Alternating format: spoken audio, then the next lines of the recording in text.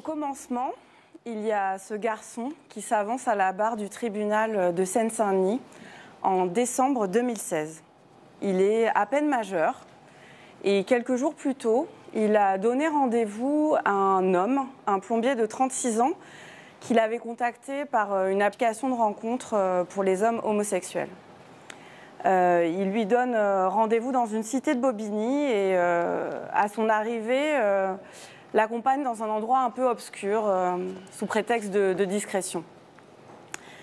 Là, le rejoignent deux jeunes garçons, des mineurs. Ce sont ses complices et ils ont les visages dissimulés. Les insultes homophobes pleuvent, puis les coups. Poing américain, barre de fer et même une brique. Un groupe de jeunes de la cité voisine entend les cris de la victime et vient à son secours. « Sans mon intervention, il l'aurait tué », dira-t-il à la barre. Face au juge, l'agresseur affirme qu'il en voulait à l'argent de sa victime. « J'ai un vieux portable et une Clio pourrie. Il voulait me buter car je suis pédé, voilà tout. » Voilà ce que dira le plombier, qui s'en sortira avec de multiples fractures et un lourd traumatisme. Avec mes collègues de l'agence France-Presse, où je travaillais à l'époque au bureau de Bobigny, dans un bâtiment qui jouxtait le tribunal, on parle longuement de cette affaire. On est nous-mêmes choqués, on n'en revient pas qu'il se passe ce genre de choses et qu'on l'ignore. Et on se dit qu'on se croirait dans les années 50, à l'époque où la chasse aux PD, en fait, ne choquait pas grand monde. Le sujet n'intéresse pas trop notre chef, mais nous nous battons pour faire un article.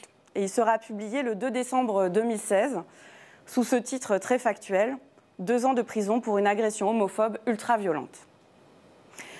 Et puis on est passé à autre chose, parce qu'en Seine-Saint-Denis, département le plus pauvre et le plus peuplé de France, chaque jour charrie son lot de drames. Et puis arrive le 4 mars 2019. Ce soir-là, c'est au tour de Kevin de vivre l'enfer à Drancy, juste à côté de Bobigny. Kevin, c'est un des personnages principaux de notre documentaire.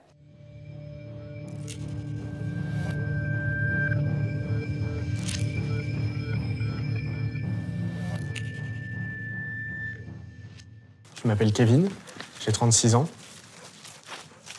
J'ai été victime d'une agression en mars 2019, agression homophobe.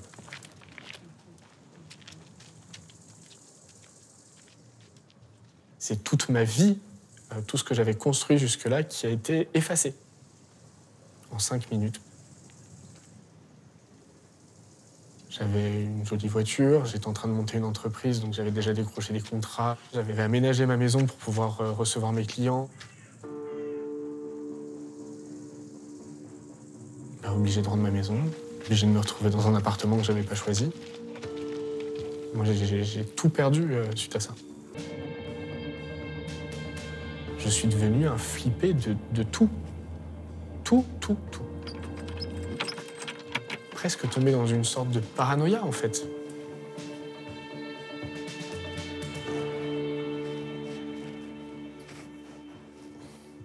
C'est parce que je suis gay que j'ai été poignardé. On est confronté à une violence où on se dit que, même sans rien demander, en étant juste soi, on peut mourir d'être simplement soi. Je discutais sur une application avec un jeune homme qui avait l'air bien sous tout rapport. Et on a discuté comme ça pendant 3 jours, 8-10 heures par jour, on discutait tous les deux. Jusqu'au moment où on s'est dit que on allait se rencontrer. On ne pouvait pas se voir en fait avant la fin de journée parce que lui travaillait dans un restaurant. Donc on a décidé de se voir tard le soir, puisqu'il était minuit 52 précisément, quand je suis arrivé à Drancy. Au moment où je suis sorti de ma voiture, j'avais 3 personnes qui m'attendaient, qui m'ont sauté dessus. Je me suis fait tabasser et on m'a roué de coups.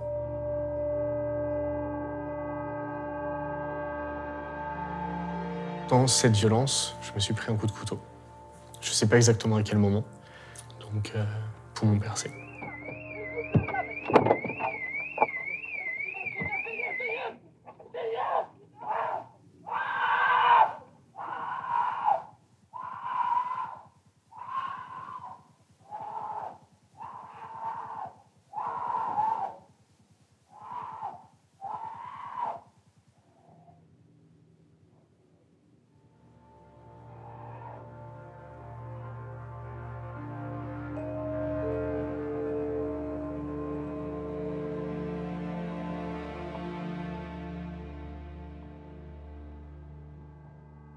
Ils ont pris mon téléphone, mes clés de voiture, et c'est tout. Pour moi, ça veut dire que tu vas pas t'en sortir. Je pars du principe que quand on poignarde quelqu'un et qu'on le laisse sans aucun moyen de communiquer ou de se déplacer, c'est qu'on veut qu'il meure. Il a manigancé tout ça pour pouvoir, excusez-moi du terme, mais casser du PD. C'est comme ça qu'on dit, je crois.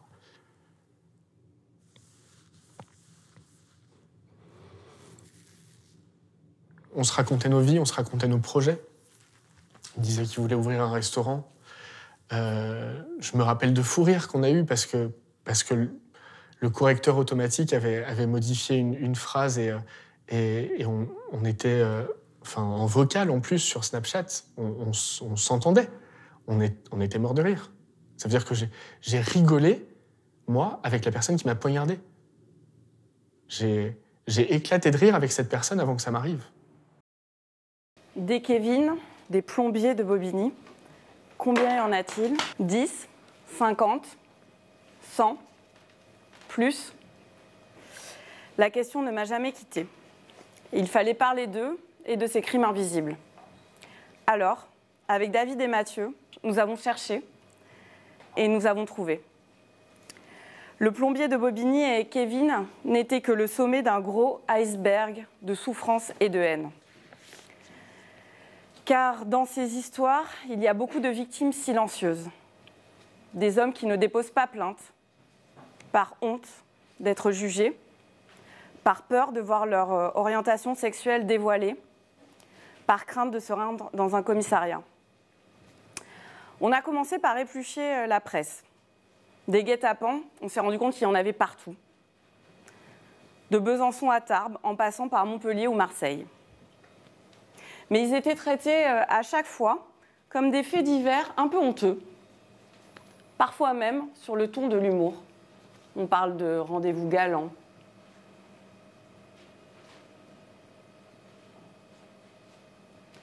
De drôles de cocos pour qualifier les agresseurs.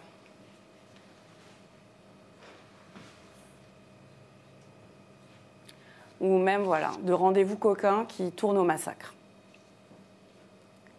Voilà comment on traite encore aujourd'hui les pièges homophobes dans la presse la plupart du temps. Mais nulle part on y voit un phénomène de violence systémique. Nous sommes ensuite attaqués au dossier judiciaire pour comprendre les ressorts de cette haine et aussi pour voir comment la justice et la police, quand elles étaient confrontées à ces agressions, y réagissaient. Dans ces dossiers, nous avons retrouvé Zach, qui est ici ce soir, puis Fred, qui est ici aussi, et beaucoup d'autres. Grâce aux archives de la presse, des associations LGBT et l'aide d'avocats, nous avons fait un travail de fourmi et découvert un chiffre vertigineux. Au moins 300 victimes de guet-apens sur les 5 dernières années, pour la plupart des hommes gays ou bisexuels. En 2022, c'est une victime tous les 3 jours qui est tombée dans un piège homophobe.